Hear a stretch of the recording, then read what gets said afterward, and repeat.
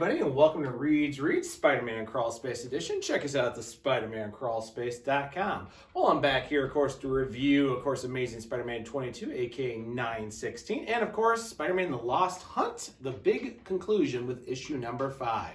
So, since I'm feeling a little bit more jolly today, especially if you look at my little clip of the outtake of this, it's currently posted on my very first shameless plug of a YouTube clip. Go ahead and check that out.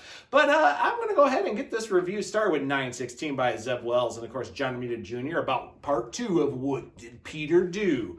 Let's get into the pros. So, first of all, I actually have always loved John Romita Jr.'s artwork when he was back on Thor and some of his other work of more the mystical and kind of apocalypse. His art style just fits it very well with that style of this. And having Peter and Mary Jane running around this apparently universes they've been thrown into thanks to Rabin that's been conquered by these various Mayan gods is actually pretty terrifying. The fact that Peter's a little out of his limit and Mary Jane and him really don't know what's going on with them being marked.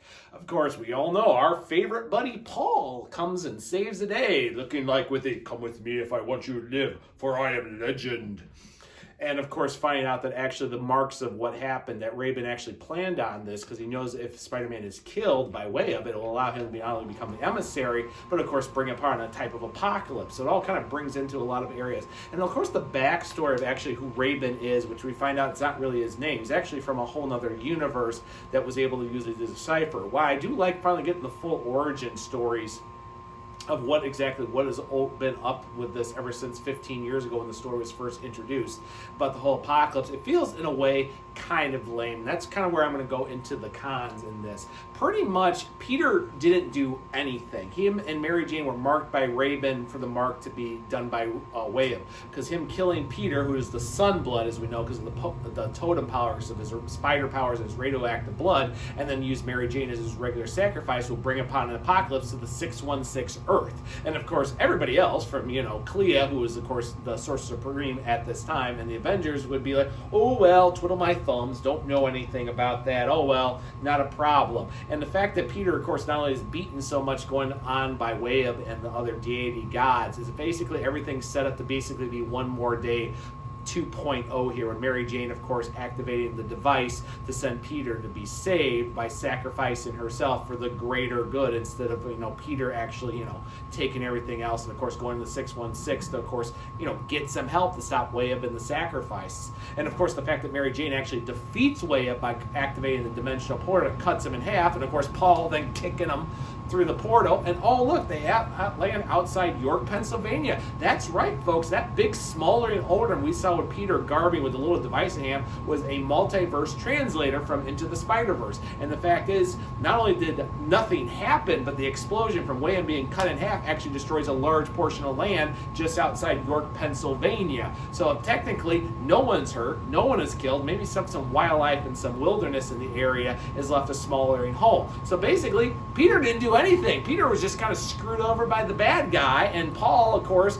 made things worse because the fact is he reveals that, he's not even from the 616 universe, and the fact is he kind of got caught on as a guinea pig, and whoops, my bad. Uh-oh, hey, Mary Jane, if Peter Parker gets killed, the world will end. Oh, I can't have that, Paul. It's actually my fault this started, but aren't I a genius, Mary Jane? No. It's a lame explanation. So basically, Peter getting thrown back to the 616 universe from this apocalypse thing would weigh up technically defeated for now. As Paul says, they don't die easy. Pretty much what happens is now that mystery's been solved, basically Peter wants to get over back to where that apocalypse world is with his device destroyed. And apparently the superheroes, the Mystic Arts characters, the Fantastic Four are basically giving Peter the middle finger and saying, you're on. And oh yeah, you're marked for death and you could die if you are killed by this guy. Yeah, it's your problem, Peter. We don't care. Why, we still about 4 issues left to do this. That's basically what this is. It's dumb. It's basically just a mandate that they need to have an excuse to keep Peter and Mary Jane apart.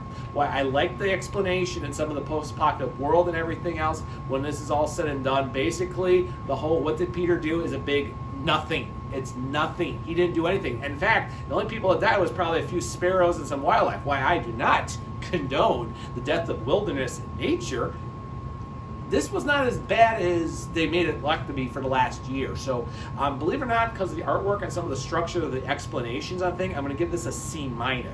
I did like the fact that it is all that, but when it's all said and done, basically Paul caused all these issues to happen, and Peter and Mary Jane now going to pick up the pieces because of what letting Raven and all this other things. And oh, by the way, that's not really his name either. Uh-oh. But now basically Peter just got thrown on, the woman is loved, and in a whole nother post-apocalyptic world, and all the other superheroes are like, forget you, Peter. We don't need you. C- on that. Getting back to some player where I'm a much happier person because this next issue is just beautiful. Spider-Man and the Lost Hunt, number 5 by J.M.D. Matias. Getting to the pros, we did not waste any time with where last issue picked up, with Gregor, of course, closing in on Peter and Mary Jane with his animal army ready to just destroy them and, of course, take revenge for both Kraven the Hunter and, of course, as we know, the Grim Hunter. It is well done. The fact that Peter, of course, is moved over to the chamber here by Asia, and of course getting the vibranium spider arm. And I like the fact that Peter actually explains that even without his Spider-Man powers, he does know basic fighting moves. He has been enough experience from everyone from Captain America to Daredevil to Shang-Chi that he does know how to fight a little bit, and actually having the armor actually puts him up pretty good. I also like how Asia actually uses the detoxification. I find that of course Gregor's army is, of course, are intoxicated from all the hate mist and chemicals that he used the last couple years. It brings everything really nice together with the big issue, especially what's even better as Peter is, of course, being beaten by Gregor. Of course, he knows how to get through the armor, he knows how to get through the vibranium, and he also realized that killing Peter is not going to do anything, so the best way to do it is take out Mary Jane and their unborn daughter. And of course what happens is Mary Jane just tells him and how he's over and everything. And it's such a fantastic character moment right up to when he goes to attack Mary Jane. He of course hits his mother Asia, and in doing so actually undoes the curse, the air and the anger. And of course, as he's put in that same position as Kraven the Hunter was before he committed suicide, the fact that Peter rushes in and says himself, "I'll be damned if I let you do it too," is beautifully done. And the fact right there, as he says, ends the war. It also explains everything that was actually happening with the character in Kazar. It puts everything together, and it's great that, as he says, the feud ends here. It is very well done. It's something J.M. was doing himself when he was writing, of course, Alosha Craven off, who had taken on the mantle of Craven, saying how that had just moved on and the war needed to end at that moment. And of course, all the previous things with all Craven the Hunter characters, bringing them back from the dead, the daughter, the wife, everything, basically trying to continue a war that, as they said, was dust in the wind, as Gregor puts it, or as he now goes back by his real name, Tykin.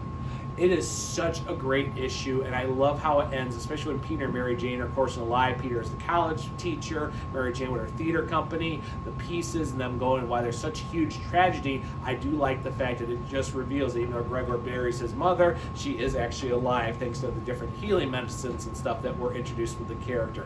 It is so well done. It gives so much issue, even though we know that this is not going to last in the normal continuity, of course, later on with one more day.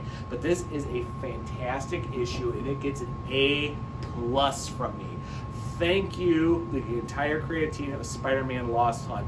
This is what Spider-Man should be. The miniseries is between this and other ones, even Joe Fixit, to, of course, Ben Reilly miniseries, also raised by JM, to, of course, the Gold Goblet. This is what Spider-Man should be. This is what we should be getting. And instead, the miniseries in that are doing much, much better than the main title here, which is stuck on these items that just say, we got to keep Peter and Mary Jane apart. Meanwhile, all the other writers and other people have shown Peter and Mary Jane together, or have actually focused on the characters and supporting cast of Spider-Man, show that the books are stellar to the A to the B+ range. And it's sad that we cannot see that.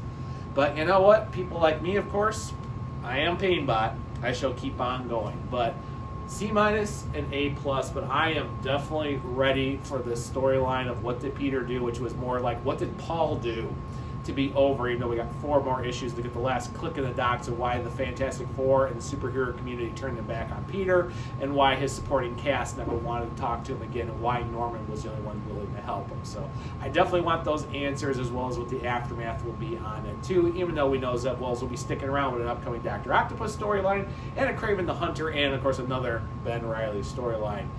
Can I just switch him out for JM, please? I also do like the teaser of the possibility of the Son of Ultron storyline coming on at the end of of Spider-Man Lost Hunt. I really love that character, but let's see where that goes. And hopefully, maybe with the sales of this with Lost Hunt and the positivity, because my local comic shop was sold out of the issue. In fact, they've been sold out the last 3 issues. I'm hoping we'll see more mini-series like this of actually depicting Peter and Mary Jane, but also what Spider-Man should be. And I'm done, folks, guys. It is actually time for me to head off on spring break, so I'm going to head out for a couple weeks, and then I'll be back for more Spider-Man reviews. So check out more of us on the Spider-Man Crawl Space. Check out our social media. Big congratulations hitting the big 600 followers on our Instagram page. Please think about following us over there. And for more ideas, as well as reviews and latest Spider-Man news, please subscribe to us and check us out on our Discord. And I will talk to everybody on the Crawl Space.